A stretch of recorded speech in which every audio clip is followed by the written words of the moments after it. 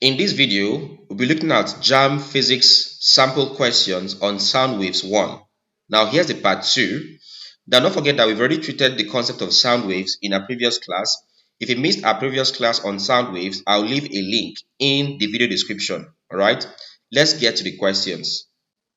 Question 1 here says, a man hears his echo from a nearby hill 2 seconds after he shouted.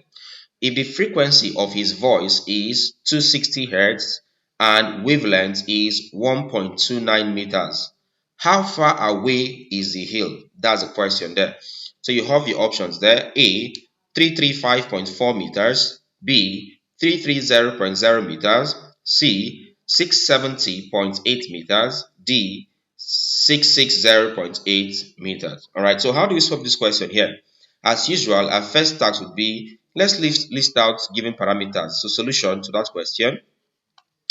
Solution, let's list out given parameters. Given, what's the first thing we're given there? They said a man hears his echo from a nearby hill 2 seconds after he shouted. So the first thing there, number 1, is in this question, the time of the echo is given as t is equal to 2 seconds. Now they said if the frequency of his voice is 260 Hz, so number 2, we are given his voice frequency f as equal to 260 Hz. Next up, they said, and the wavelength is 1.29 meters. So number 3, wavelength lambda is equal to 1.29 meters. They said, how far away is the hill? So number 4, we're looking for distance of separation between the source, which is the person there, the man, and the wall. Z is equal to unknown. Now recall that for echo, we have a formula for echo. We said for echo would have that the velocity v is equal to 2 times the distance between the source, which in this case is the man, and the reflecting surface. So it becomes 2d all over t. This is the formula we use for echo. We explained this in our first class on echo. Alright, so I said I'll leave a link to that class in the video description. Alright, so we have this. So looking at the question here, we're asked to find the value of z. We have the value for t, which is 2 seconds, but we do not have a value for v. It was not given in the question. So for this question here, our first task would be to find the value of v. Alright, find the value of v. Now recall that for sound wave, again, treated in our first class, we said for sound wave, its velocity v is equal to the product of the frequency and wavelength. Alright, we said velocity of a sound wave is equal to the product of its frequency and its wavelength, and that's equal to the frequency. If you look at this, the frequency is about 260 Hz. That's the value. So frequency is equal to 260 in Hz. That's the frequency times the wavelength. Also, looking at this here, we're given the wavelength as 1.29 meters. 1.29. All right, let's get this done. If you multiply this, we'll have that v is equal to 260. Get my calculator very fast. So 260 multiplied by 1.29, and if we do this, we'll have that the value is 335.4 meters per second, since we're calculating velocity. So this is the value of velocity, 335.4 meter per second. But we have that v is equal to, as we said, for echo, v is equal to 2d all over t. Let's impute value. V is actually 335.4. V is equal to 2d, 2 times d all over t. The value of the time here, as given in this question, is 2 seconds. So this all over t, which is what? 2.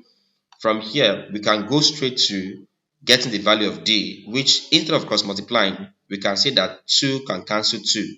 It is mathematically correct. Alright, or you can choose to cross multiply if you want to, but this is like the fastest approach. So from here we can have that 335.4 is equal to, so d is left alone, d.